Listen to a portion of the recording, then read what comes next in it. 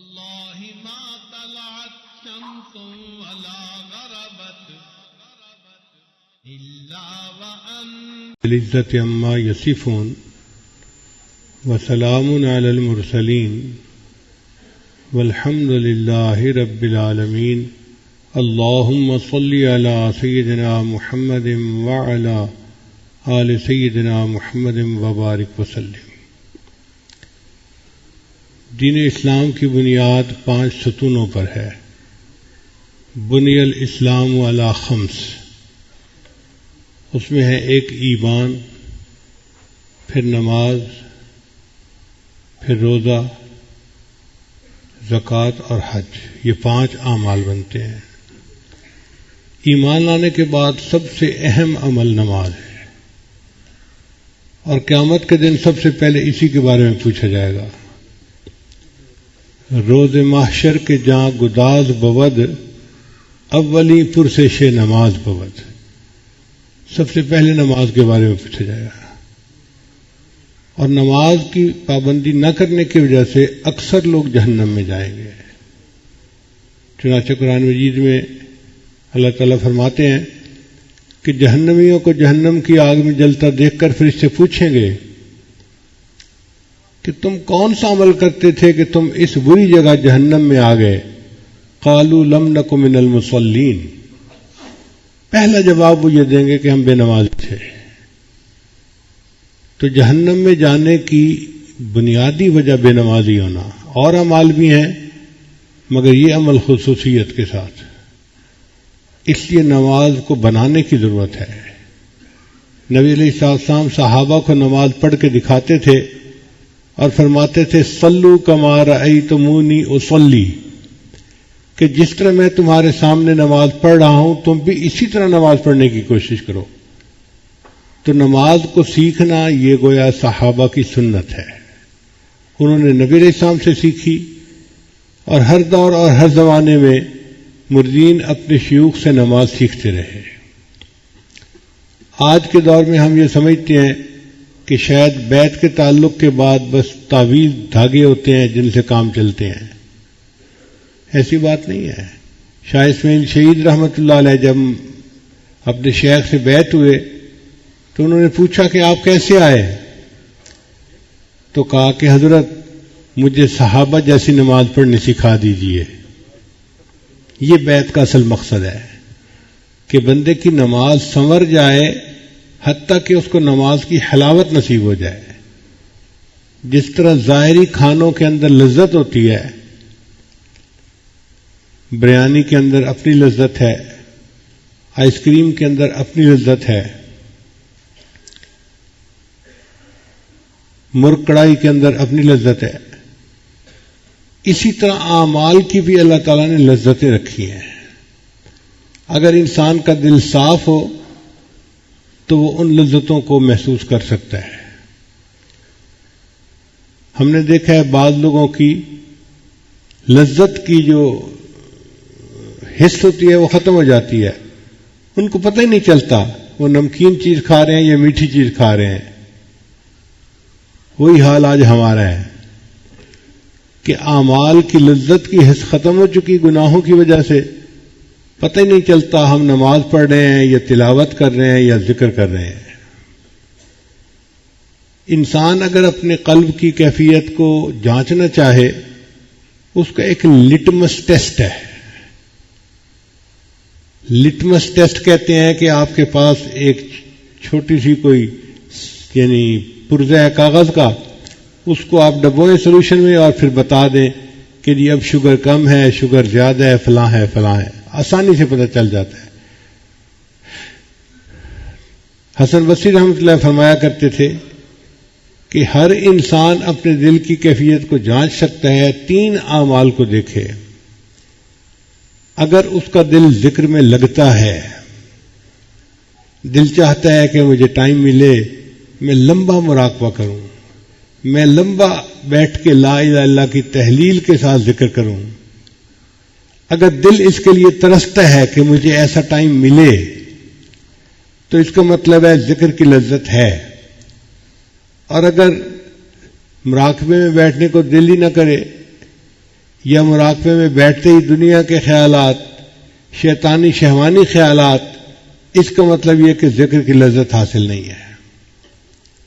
ہمارے بعض بزرگ گھنٹوں مراقبہ کرتے تھے، چنانچہ حضرت مولانا حسین علی وہاں بچنا والے ایک بزرگ گزرے ہیں، بڑے مفسر قرآن تھے، ہمارے حضرت نے ان سے تفسیر قرآن کا علم سیکھا۔ حضرت فرماتے تھے کہ وہ عشاء کے بعد مراقب ہوتے تھے اور پوری رات مراقب رہتے تھے۔ ان کے ہاں خانقاہ میں مراقبے کی ابتدا ہوتی تھی تو اختتامی دعا نہیں ہوتی تھی۔ مریدین کو کہا ہوا تھا کہ جو بندہ تھک جائے وہ اٹھ کے چلا جائے۔ ایک گیا، دوسرا گیا، تیسرا گیا، حتیٰ کہ سب اٹھ کے چلے جاتے تھے۔ حضرت اکیلے رہ جاتے تھے، جب دیکھتے کہ کوئی بھی اور نہیں تو تہجد کی نیت باندھ لیا کرتے تھے۔ پوری رات اللہ کی یاد میں گزار دینا۔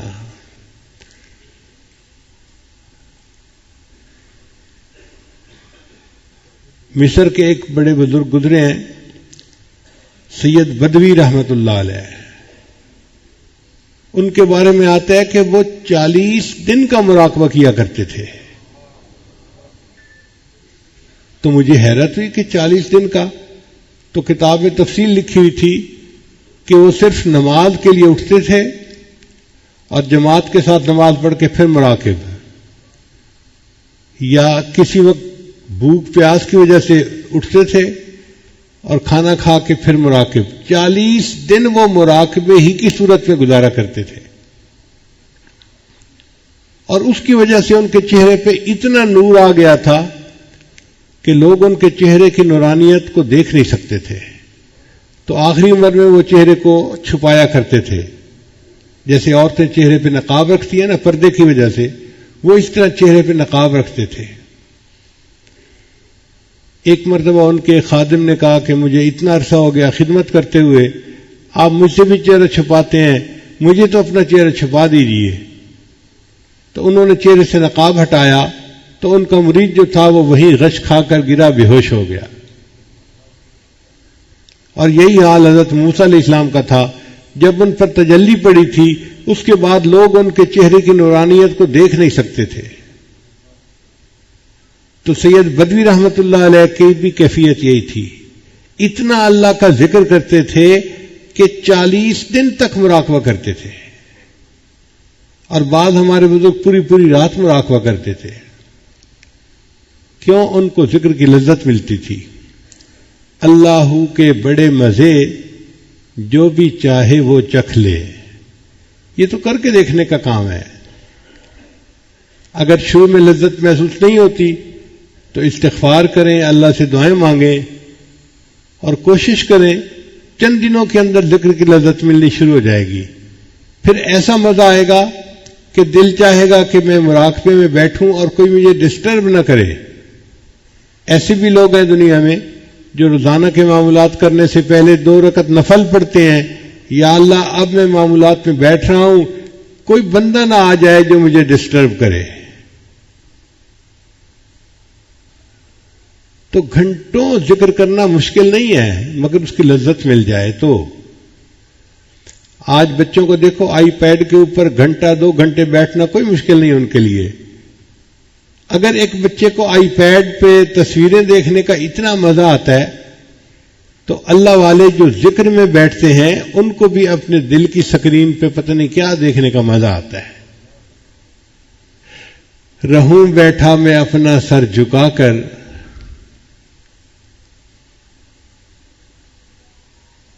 یہ ذکر کا مزہ ہی ایسا ہے، لذت ہی ایسی ہے۔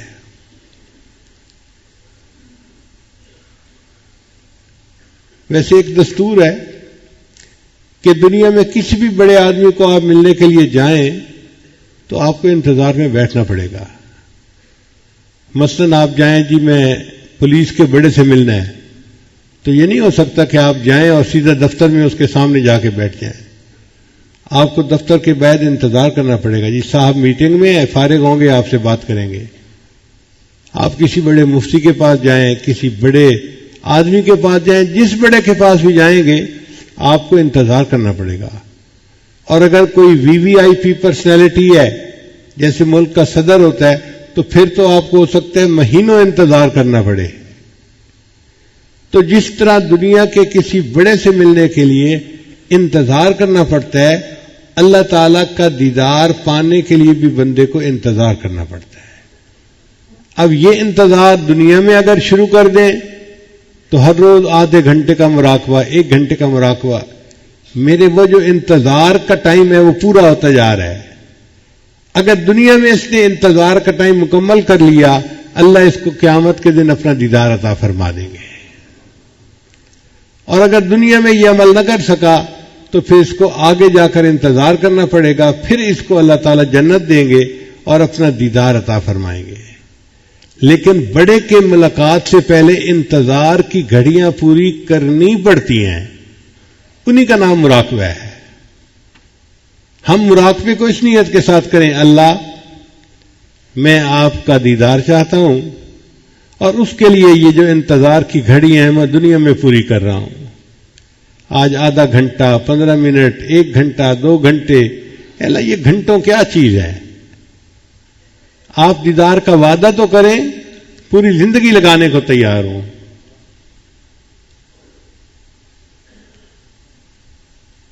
سر طور ہو، سر عرش ہو، ہمیں انتظار قبول ہے. سر طور ہو، سر حشر ہو، ہمیں انتظار قبول ہے. وہ کبھی ملے، وہ کہیں ملے، وہ کبھی صحیح، وہ کہیں صحیح.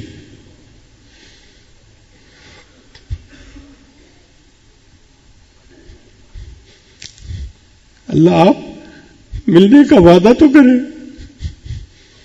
کبھی ملے، کہیں ملے،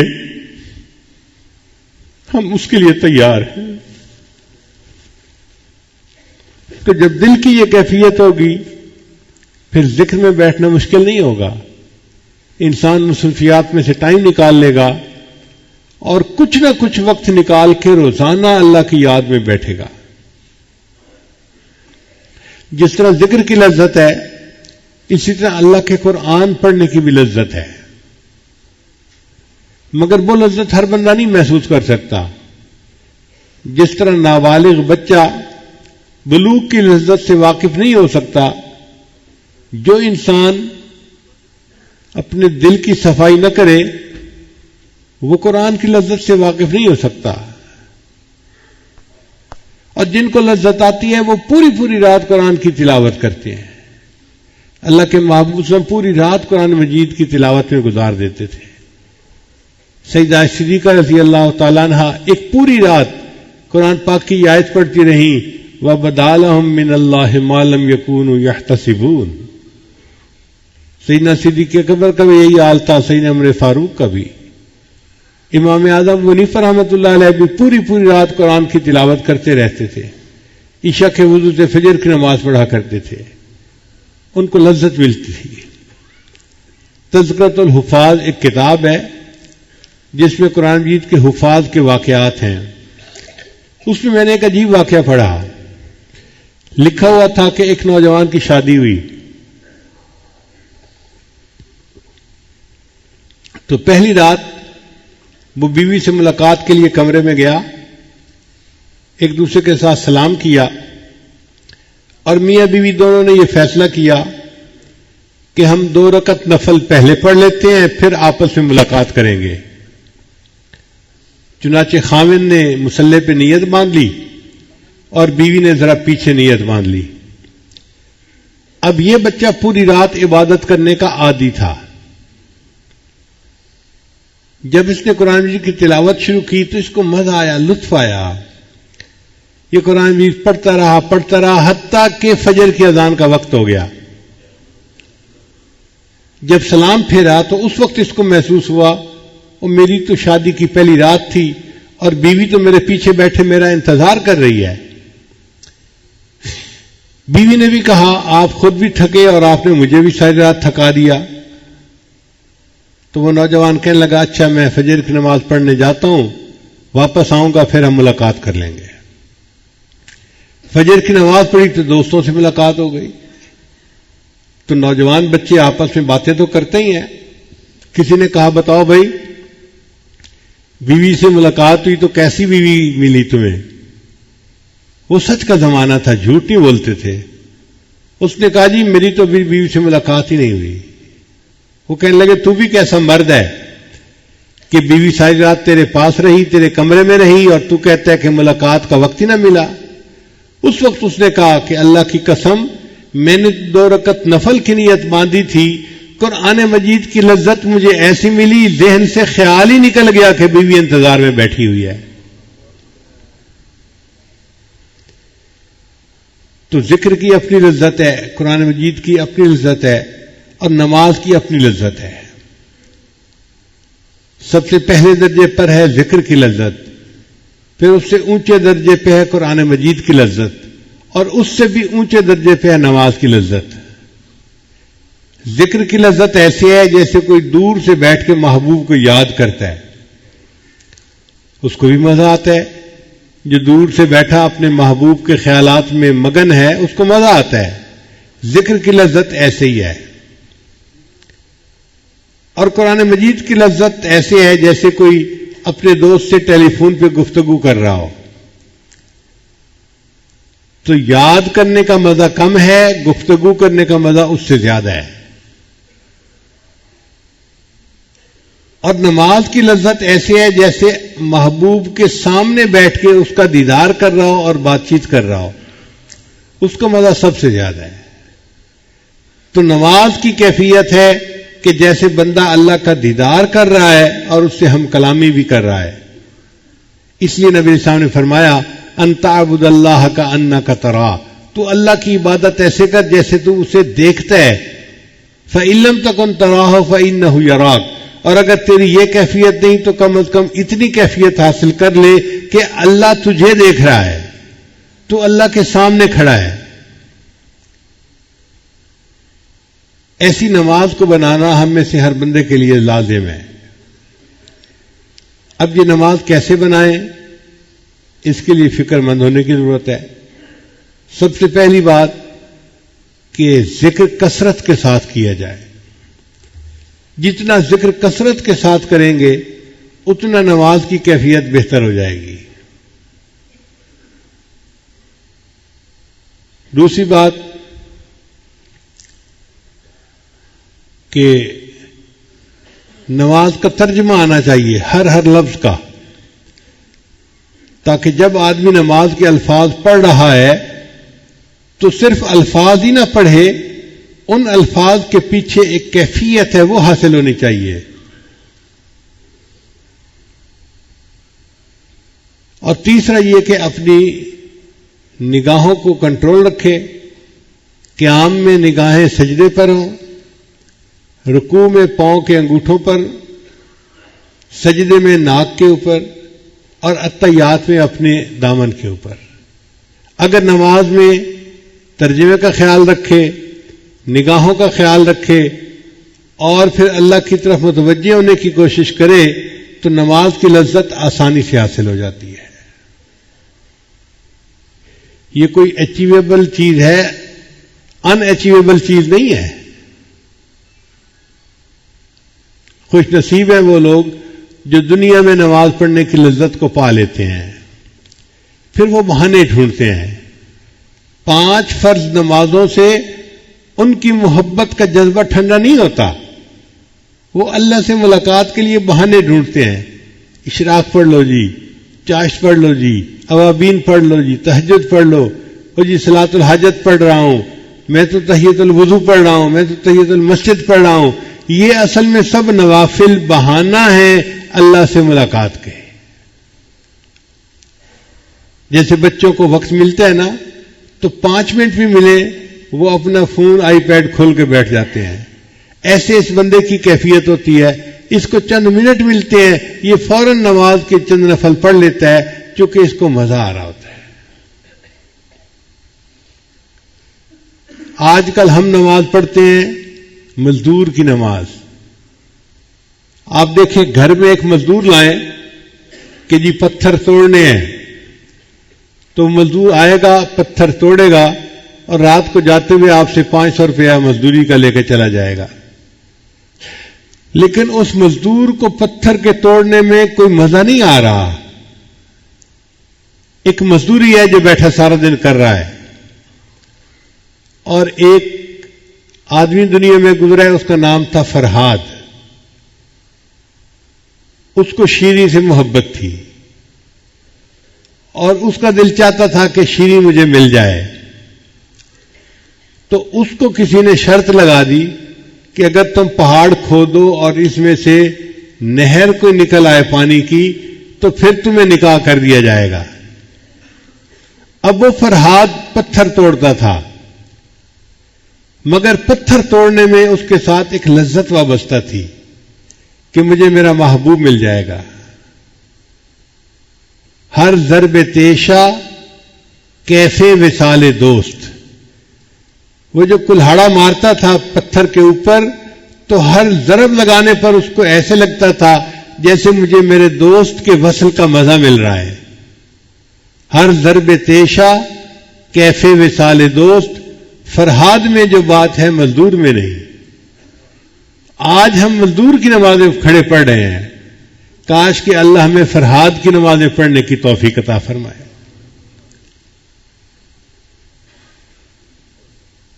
نماز کو بنانے کے لیے نماز کے باہر اعمال کو دیکھنا پڑے گا. اس کی مثال یوں سمجھیں, ایک بندہ باکسنگ کا مقابلہ کرنا چاہتا ہے, تو جیسے ہی ڈیٹ فکس ہوتی ہے وہ بندہ اپنا ورزش کرنا شروع کر دیتا ہے. روزانہ 2-4 گھنٹے پریکٹس کرتا ہے. کبھی لیدر کے پلوں کو مکے مار رہا ہے, کبھی جاگنگ کر رہا ہے, کبھی فلاں کر رہا ہے, کبھی فلاں کر رہا ہے. یہ ایکسرسائز وہ کیوں کر رہا ہے؟ اس کے مسل بلڈ اپ ہو جائیں اور وہ وقت کے اوپر اچھا مقابلہ کر سکے.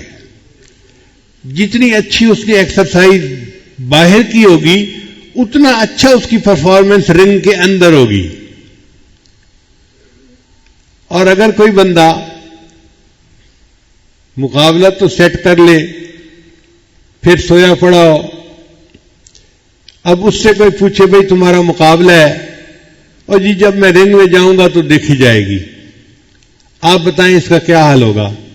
یہ رنگ میں جائے گا تو ایک راؤنڈ بھی مقابلے میں نہیں کھڑا ہو سکے گا, ایک مکہ لگے گا اور یہ ناک آؤٹ ہو جائے گا. وجہ کیا تھی؟ کہ اس نے مقابلے کی تیاری نہیں کی ہوئی تھی.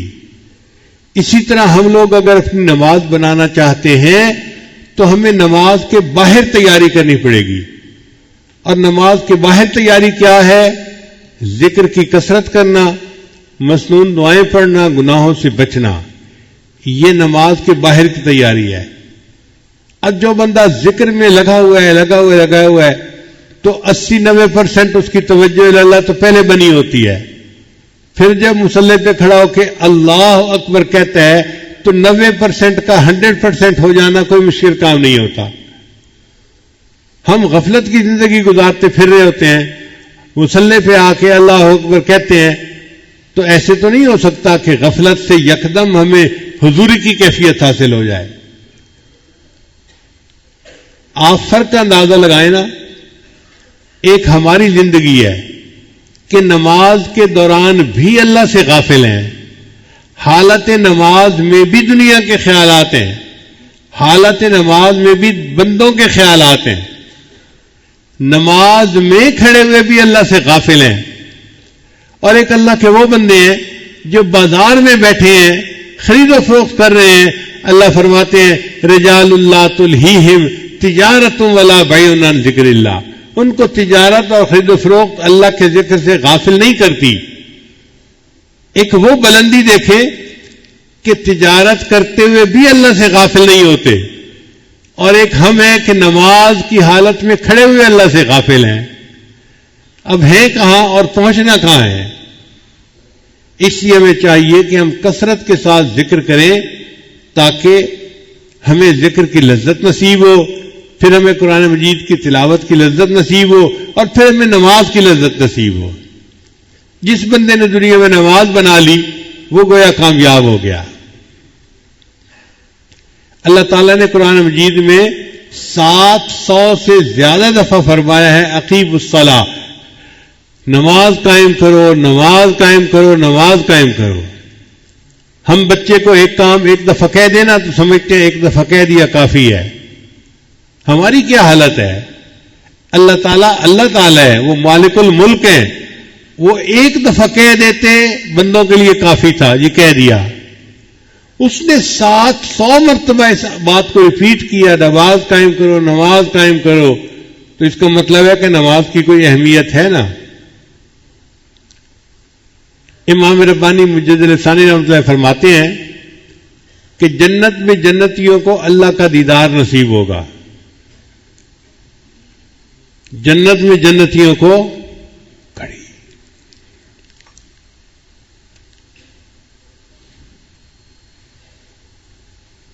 جنت میں جنتیوں کو اللہ کا دیدار نصیب ہوگا، مگر اس دیدار کی جو لذت ہوگی وہ ان کی نماز کی کیفیت کے مطابق ہوگی.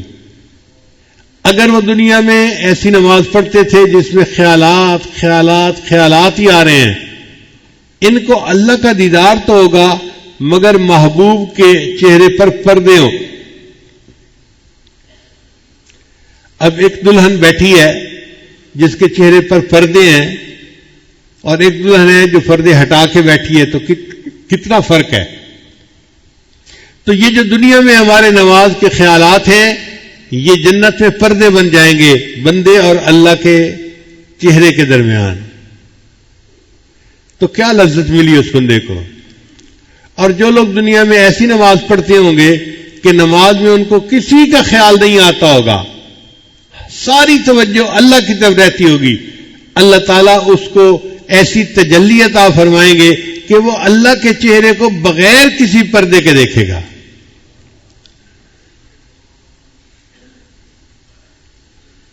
اس کو کہتے ہیں تجلی ذاتی دائمی، کہ اللہ کی تجلی کسی کو مل جائے اور دائمی مل جائے ہمیشہ کے لیے. یہ ہمیں نماز کی طرف سے ملے گی. امام ربانی مجدد ثانی اپنے مکتوبات میں لکھتے ہیں اگر نماز نہ ہوتی تو محبوب کے رخ سے پردہ کون ہٹاتا اور دیدار کی لذت کون پا سکتا. یہ تو نماز ہی ہے جو انسان کے لیے اس کام کو آسان بنا دیتی ہے.